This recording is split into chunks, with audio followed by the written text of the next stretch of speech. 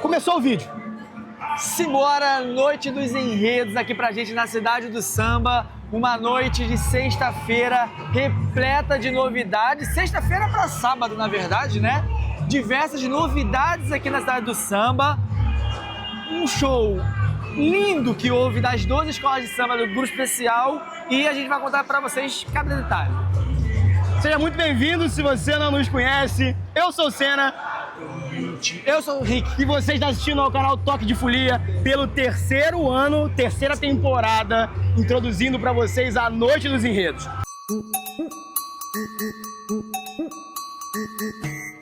É isso aí, pessoal. E nós tivemos aqui diversas coisas e uma das principais coisas que nós podemos já começar a falar é sobre os horários. Os horários programados que correram bem próximo ali do previsto, diferente dos anos passados, que às vezes acaba acontecendo uns probleminha, mas esse ano ocorreu como? Como ocorreu? Primeira coisa, já para introduzir, melhor noite dos enredos dos últimos 3 anos que nós viemos como imprensa, tá? Melhor noite. E eu não tô dizendo aqui que foi só por conta dos horários. Nós tivemos pelo primeiro ano todas as 12 escolas do Grupo Especial tendo lojas próprias, bem na entrada da cidade do samba.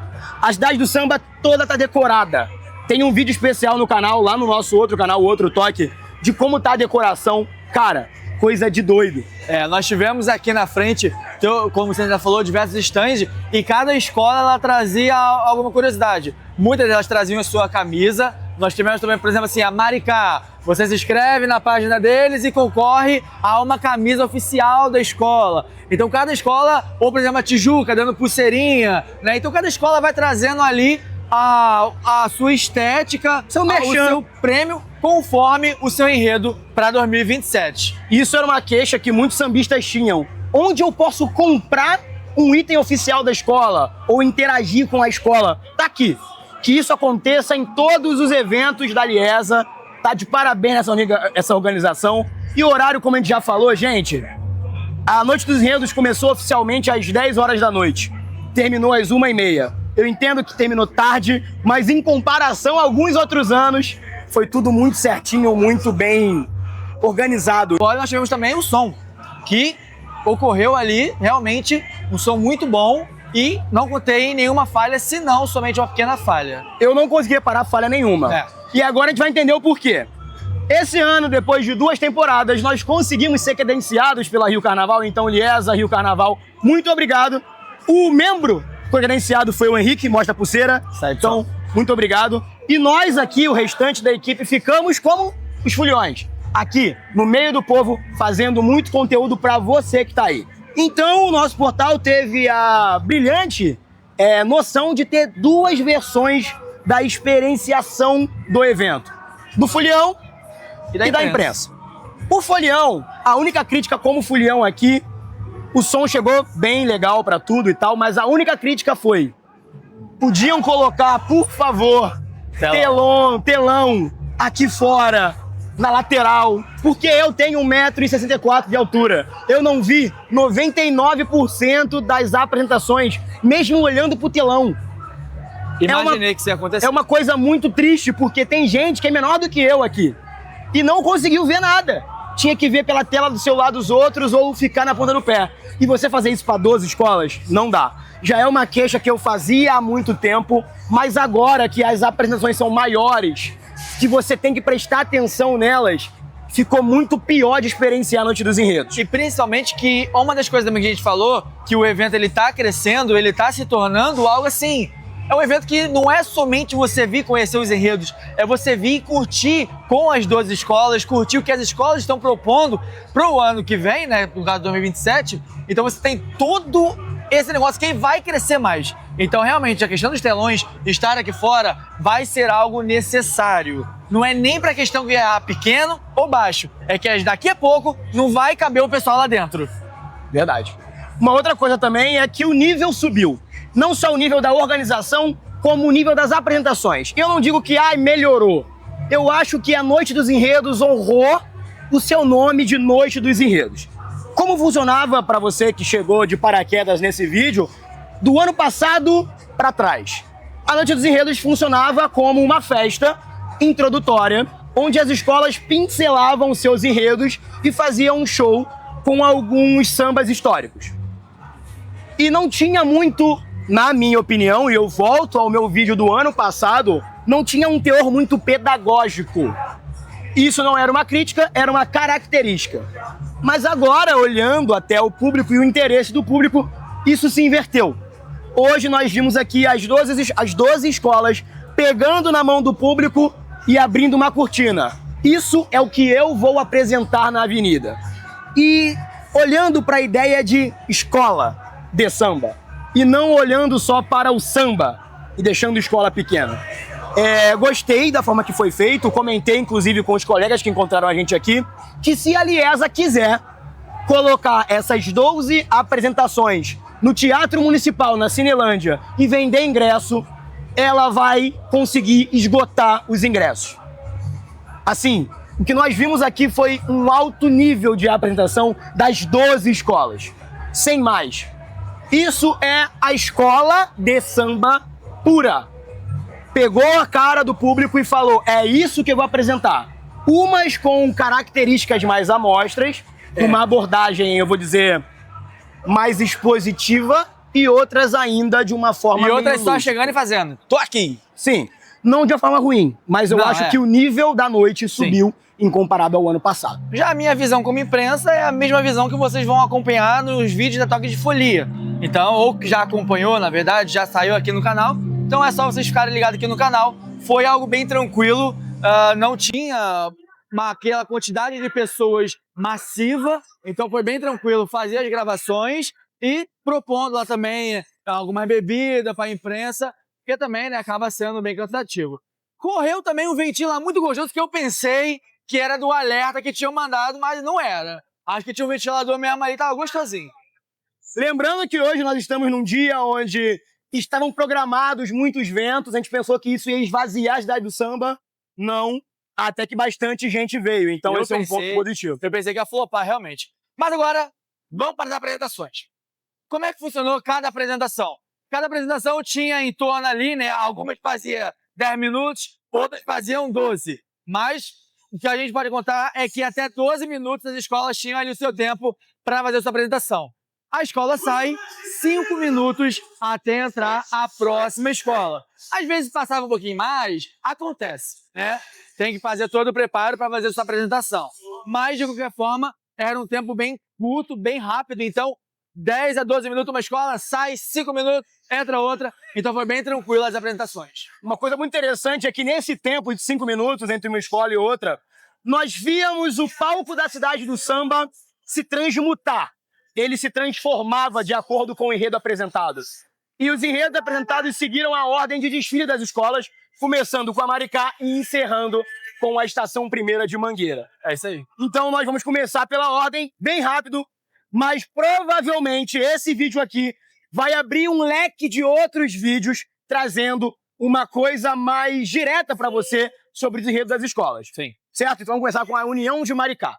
É isso aí. União de Maricá, que ela veio ali no intuito realmente de pegar pela mão o sambista e carregar ele até o seu enredo. Então eles trazem ali, vem ali um personagem que faz o papel do Darcy Ribeiro. Muito bem feito, inclusive. Muito bem feito.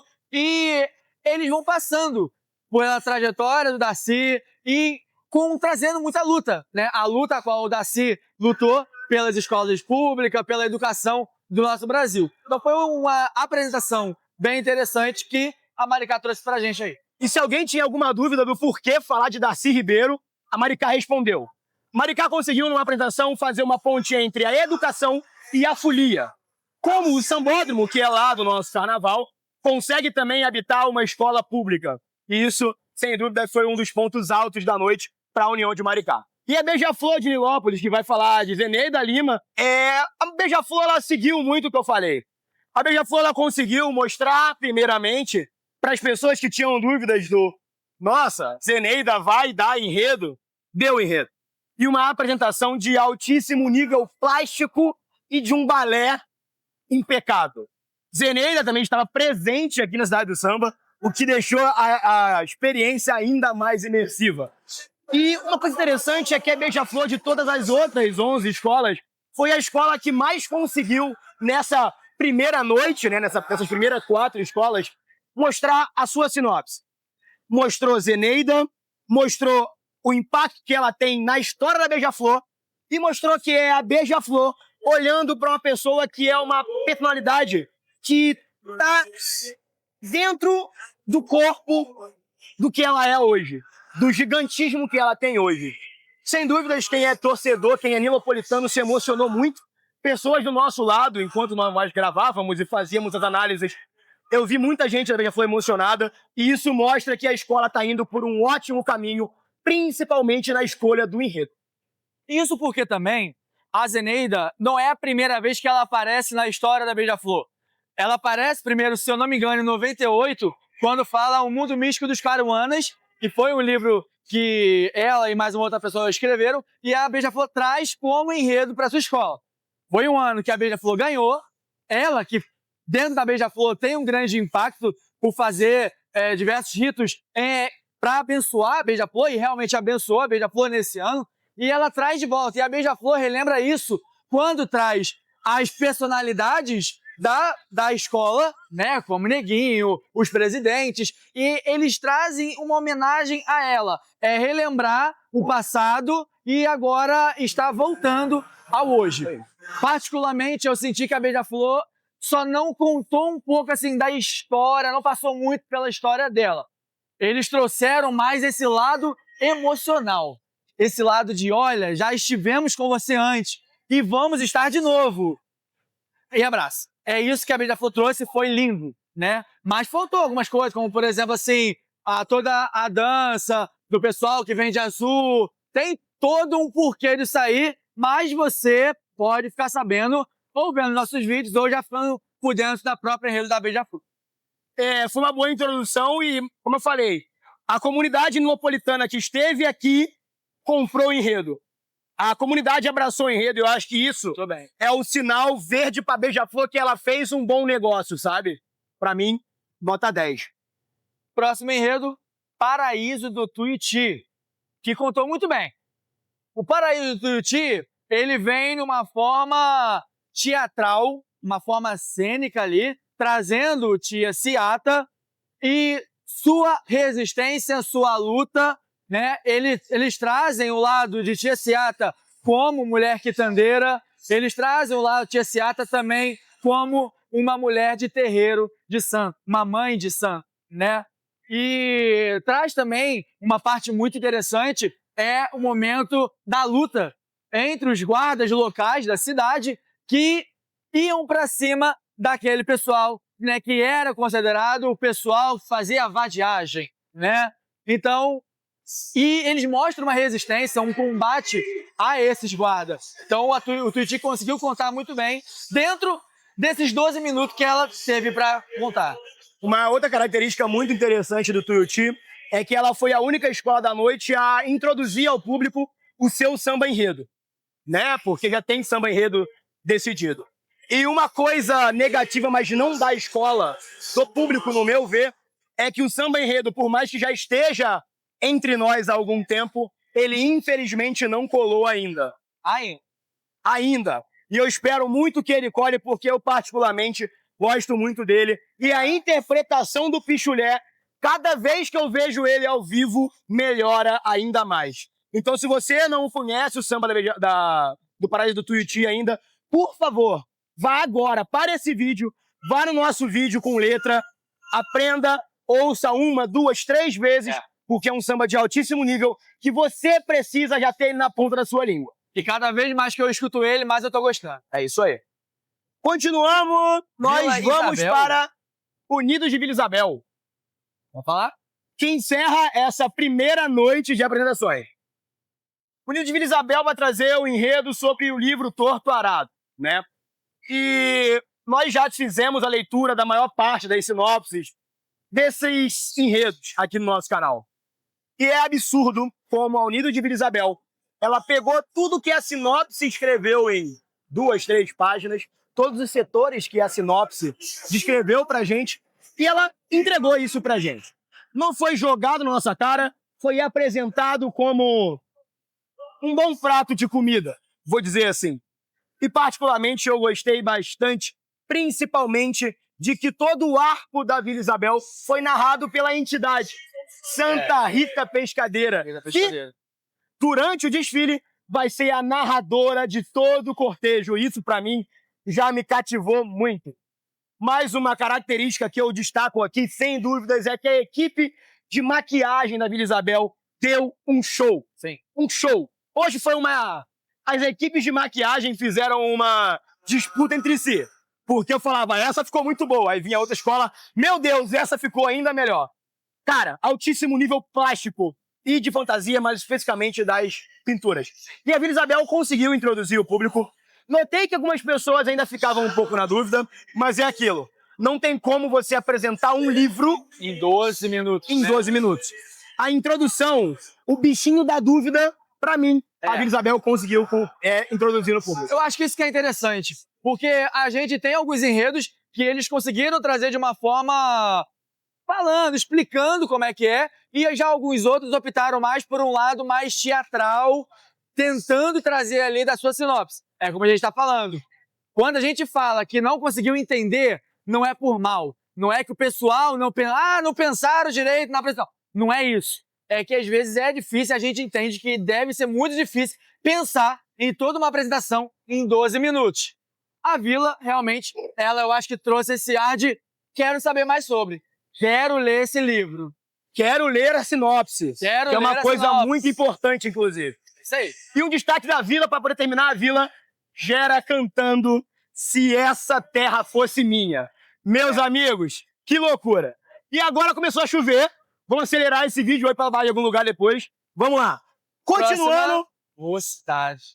Mocinha. Mocidade que eu já adianto foi, pra mim, a melhor apresentação da noite. Pra mim.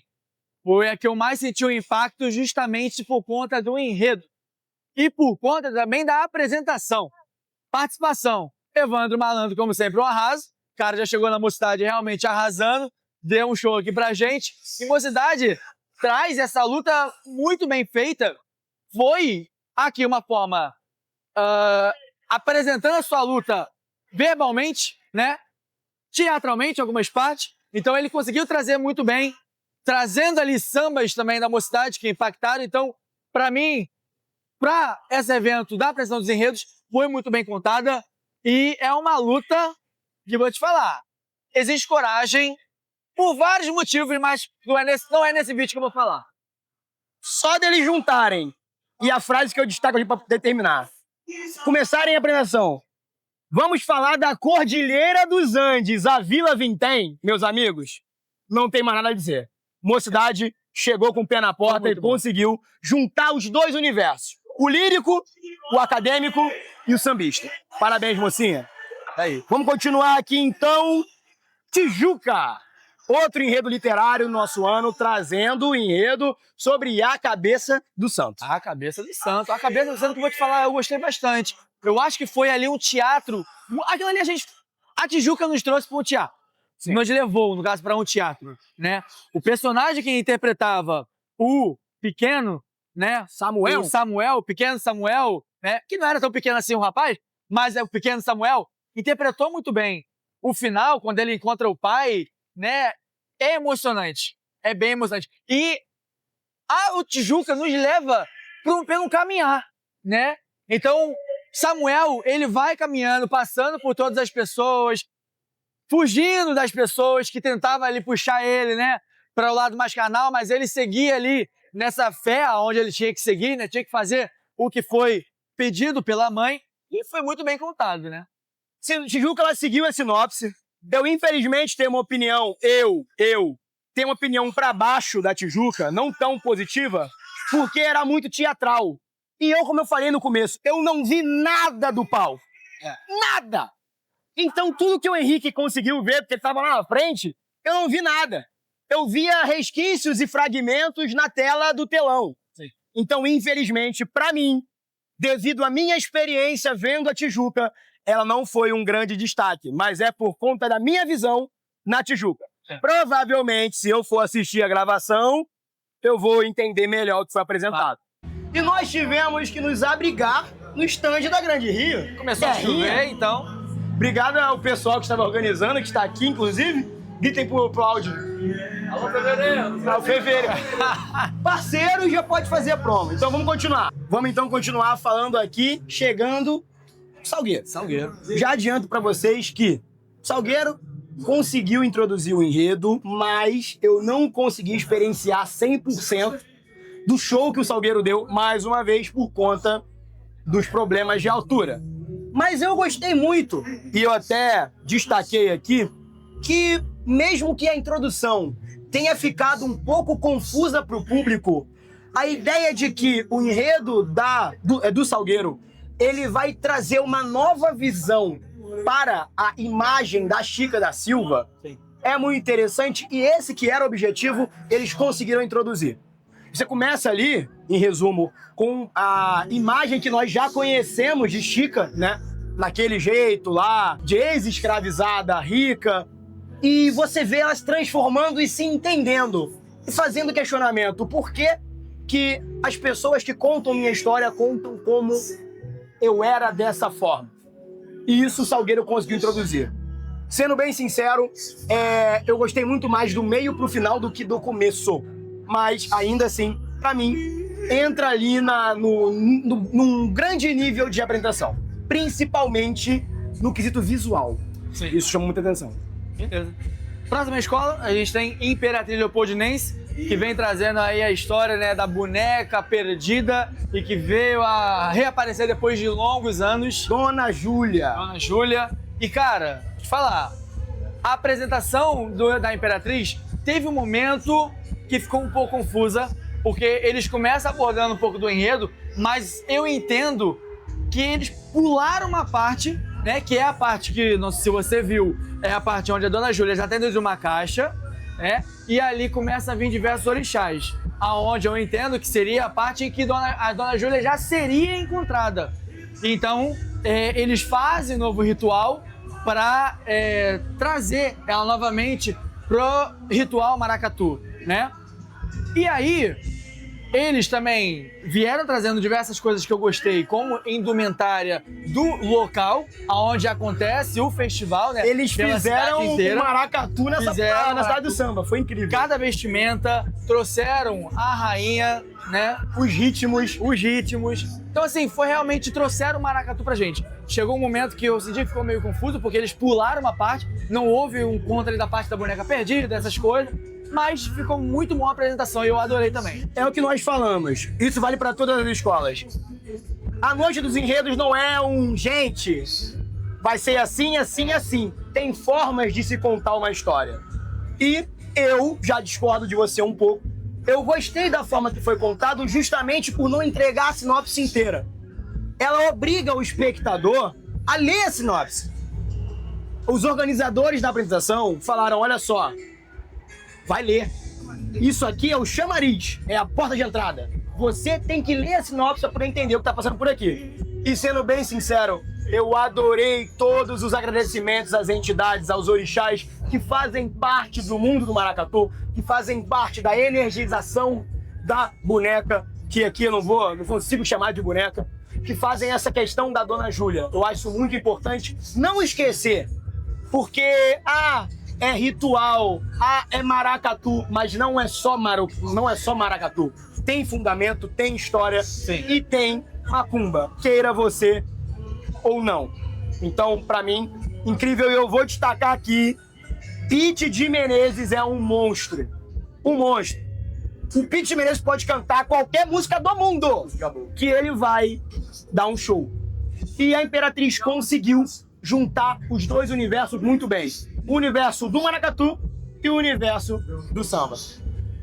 Vamos continuar?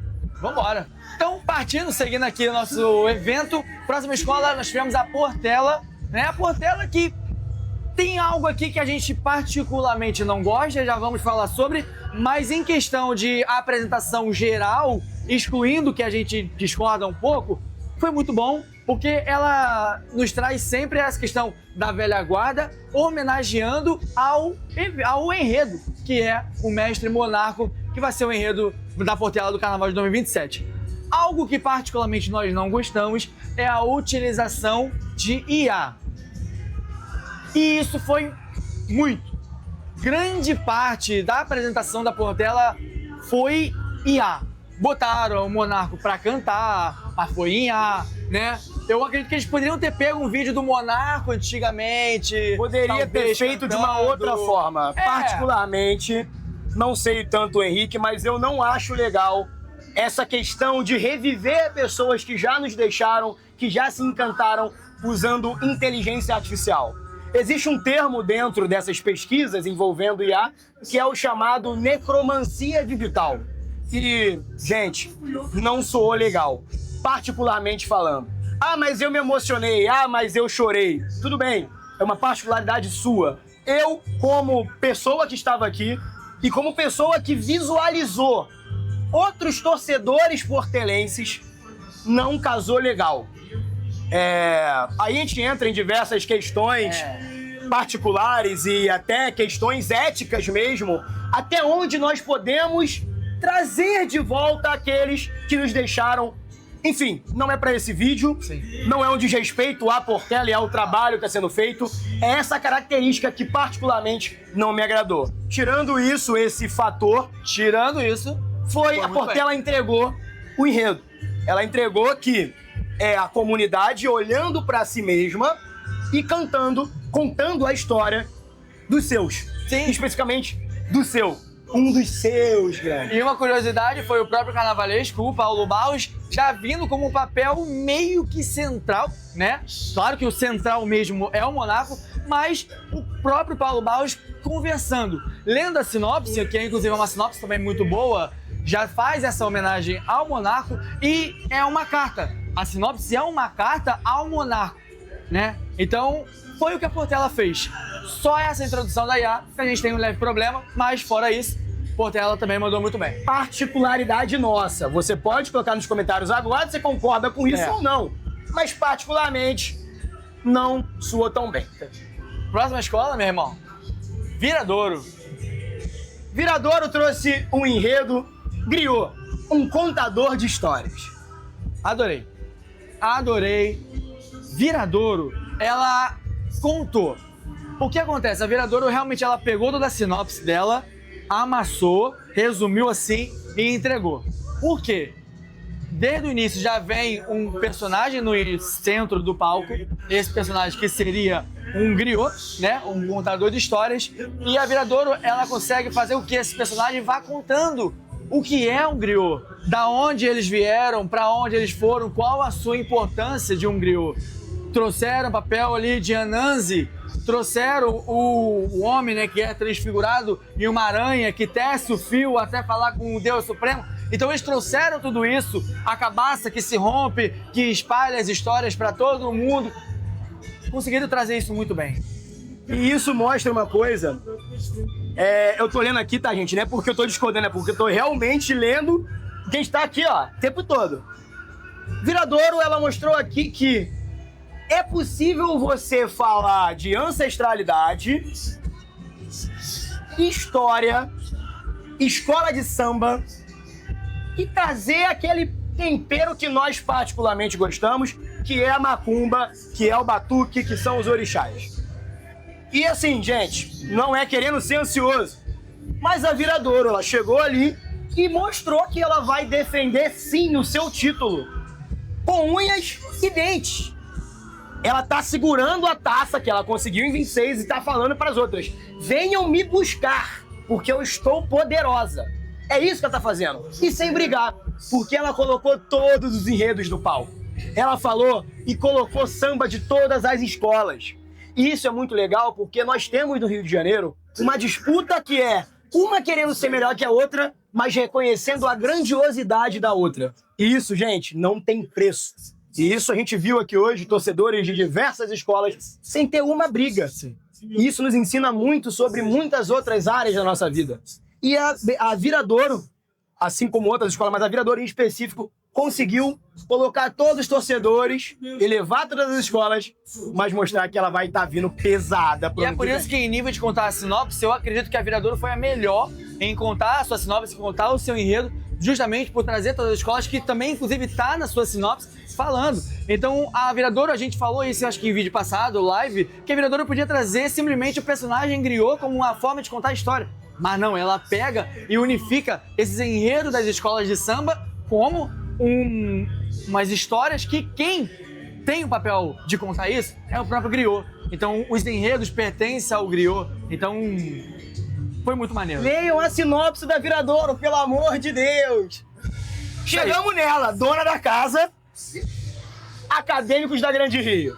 E não é porque nós estamos na casa dela que nós estamos babando ovo. É porque realmente eu gostei da apresentação. Sim. Nós temos um enredo que vai falar que tem ali uma parte engana, mas que o enredo é chamado Sankofa Tá Bom.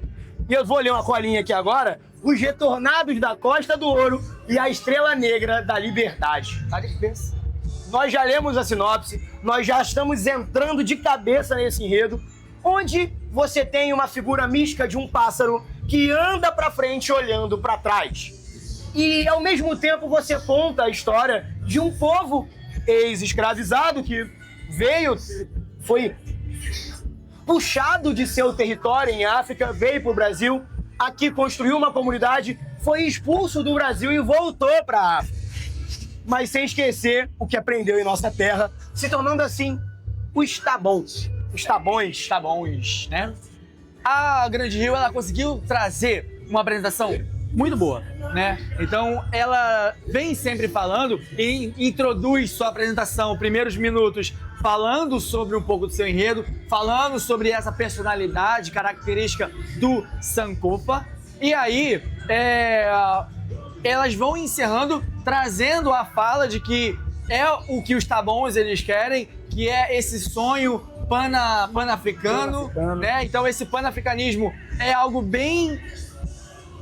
é um ponto bem forte nesse enredo da Grande Rio e é isso que eles trouxeram, esse ponto de que precisa ter esse sonho, essa liberdade ainda a ser conquistada para o povo tabon, para o povo africano. Uma coisa só que eu preciso falar aqui, que eu senti falta, foi justamente mostrar algumas formas de luta, de combate, revolução que os próprios africanos eles tiveram. E na própria sinopse da Grande Rio, vem falando, trazendo um conto de uma revolução, né, que foi a Revolução dos Malês, que acontece em 1835. Revolta, né? Pode ser revolta. Revolta dos Malês, acontece em 1835 em Salvador. E foi um ponto ali muito, muito forte da história para o povo africano, da história do povo preto. E eu só senti falta um pouco dessa luta, né, de trazer essa revolta e aí puxar eles na volta. Trouxeram o Xangô ali pra gente no meio do palco, né, essa travessia de volta para a África. Então, conseguiu trazer só essa falta, né? Assim como a Viradouro, a Grande Rio, ela, na minha opinião, ela conseguiu pegar uma sinopse que é muito grande e condensar. Você vendo a apresentação da Grande Rio, você consegue ver os setores da escola. Realmente eu não vi, né, pela minha baixa visão ali, mas também no contexto, a revolta dos malês. Mas eu acho que o contexto ele foi colocado. Então, assim, sim, assim como a Viradouro, por exemplo, e até a Beija-Flor, eu diria, ela também coloca a vila nesse balaio ali. Ela conseguiu colocar o bichinho da dúvida na orelha do povo. Vão ler a sinopse, vão entender mais sobre. Então isso pra mim é muito legal, é um enredo que eu particularmente gostei bastante. E assim, hoje tá entre as minhas favoritas, sim, não vou dizer que não está. E um destaque que eu não posso já te falar é Ito Melodia na Grande Rio. Deu muito bom, hein? Pra quem ficou aí falando que Ito não ia dar bom, pode, porque realmente o cara veio, trouxe sua vozeirão e veio também um papel bem acentuado ele nessa apresentação, né? Sim. Ele apresentou bem, veio bem no meio do palco, falou pra gente. Ele veio como um personagem preto, né? Então, foi bem interessante mesmo. E agora chegamos na última da noite. Vou deixar o Henrique falar, porque eu tenho uma palavra só. Deixa o Henrique introduzir pra vocês o pensamento que eu vou deslizando aí pra vocês. A Mangueira, no meu entendimento do que eu vi, ela entrou e ela falou, gente, eu não preciso explicar quem é Oiá. O que eu vou fazer é o quê? É um terreiro. É um terreiro. E ela veio, trouxe um terreiro, trouxe, claro, Oiá, né? Oiá benzendo Pavilhão da Mangueira. Então isso foi algo realmente muito bonito.